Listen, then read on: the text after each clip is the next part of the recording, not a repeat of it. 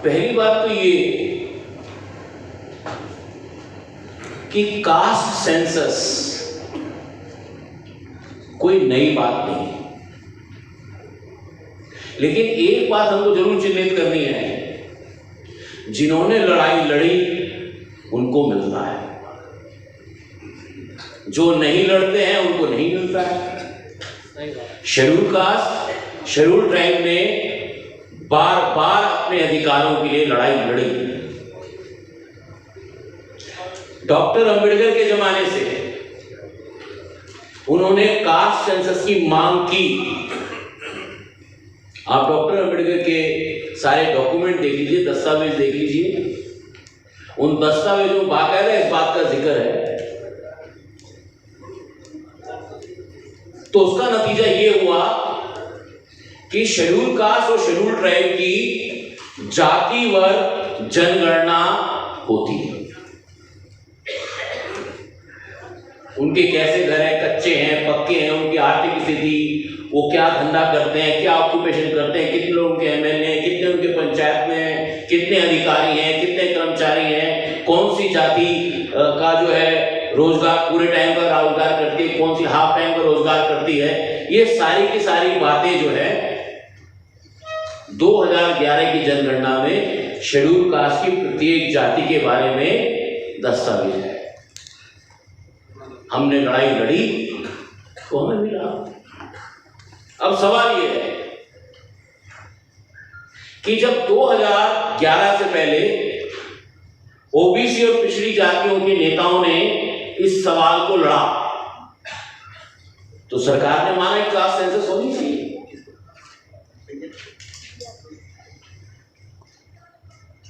लेकिन जब वो कास्ट सेंसस उनके रहते सोशो इकोनॉमिक सेंसस में कैसे बदल गई, इसके बारे में इंट्रोस्पेक्शन तो पिछड़ी जाति के नेताओं को करना पड़ेगा, वो सरकार के हिस्सा थे। लेकिन मैं फिर भी कहता हूं, देर आए दुरुस्त है। अब सवाल इस बात का है कि कास्ट सेंसस यदि करवानी है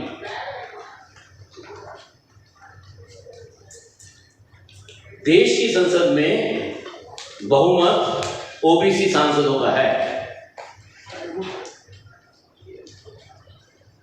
ओबीसी समाज के बड़े बड़े नेता संसद में हैं, राज्यसभा में भी हैं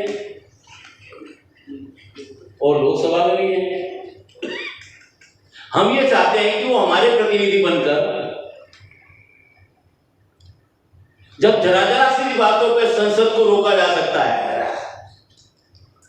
जरा सी बातों पर,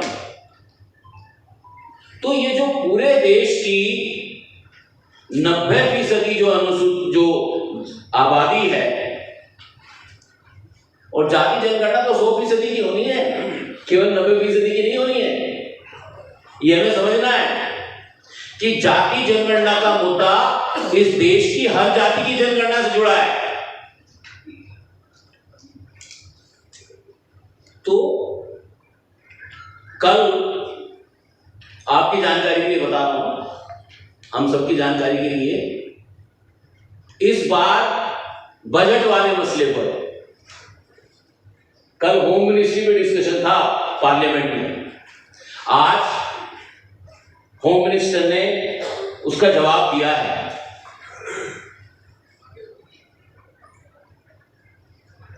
और सवाल उठा है इस बात का कि जाति जनगणना होनी चाहिए। राहुल गांधी जी का बयान है कि जाति जनगणना हमें केवल सिर गिनने के लिए नहीं चाहिए। राहुल जी ने कहा है कि जाति जनगणना जो है भारत में गैर बराबरी को देखने का, मापने का एक बड़ा इंडिकेटर है। अब हम सरकार से पूछना चाहते हैं, सरकार समरसता में यकीन करती है? भाई आरएसएस वाले हैं, भाजपा वाले हैं, बराबरी में करते ना करते हो, समरसता में यकीन करते हैं। अगर आप समरसता में यकीन करते हैं तो क्या समरसता बिना बराबरी की हो सकती है? एक आदमी ऊंचा रहेगा, एक आदमी नीचा रहेगा। तो क्या बराबरी होगी, तो क्या समरसता आ जाएगी। दूसरा, जब आपका गुरु संगठन ने कह दिया कि वो जातिगत जनगणना का समर्थन करता है, आरएसएस समर्थन करता है, हम आरएसएस से पूछना चाहते हैं, अगर आप, और मैं ये ऑन रिकॉर्ड कहना चाहता हूं,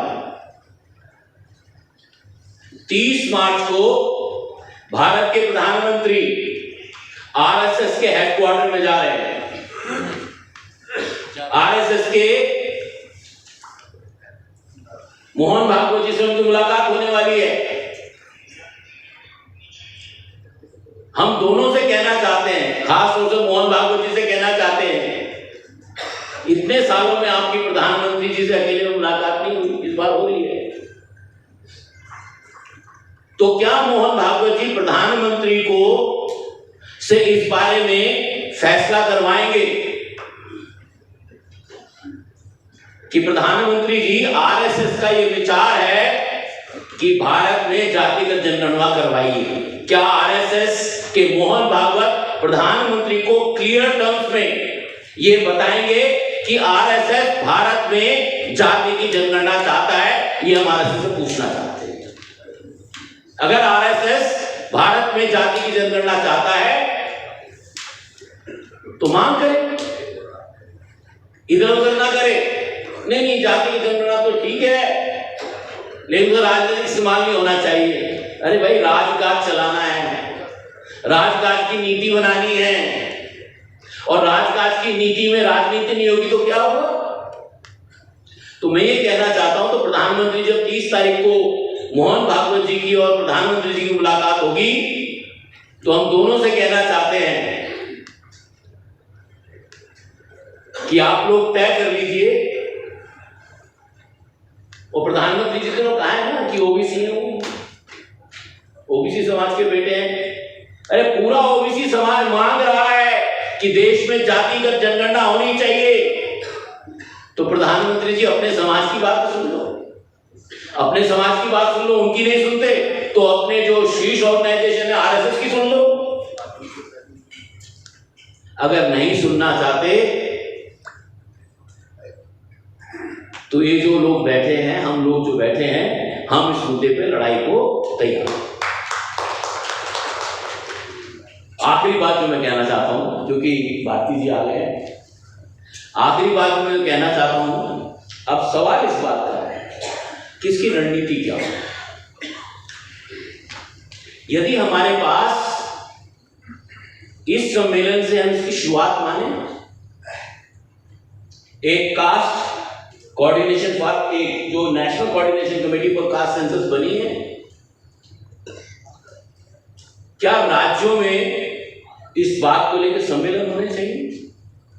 जो अलग अलग राज्यों से लोग आए हैं, मेरा उनसे निवेदन है कि वो कोऑर्डिनेशन कमेटी के साथ बात करके अपने अपने राज्यों में कास्ट सेंसस के लिए सम्मेलन की शुरुआत करें। उस सम्मेलन में अलग अलग जिलों के लोग आएंगे।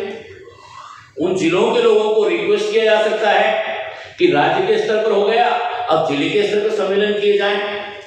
जिले में ब्लॉक के लोग आएंगे, ब्लॉक के लोगों को कहा जाता है कि आप ब्लॉक लेवल पे कास्ट सेंसस के सम्मेलन कर लीजिए, और ब्लॉक लेवल में जब पंचायत के लोग आएंगे तो उनको बोलिए कि गांव में ले जाइए और गांव के हर घर में ले जाइए, और इस देश में अगली जो सेंसस होगी, जो 2025 में हो, 26 में हो, वो कास्ट सेंसस ही होनी चाहिए। ये हमारी मांग है। जय भीम, जय भारत।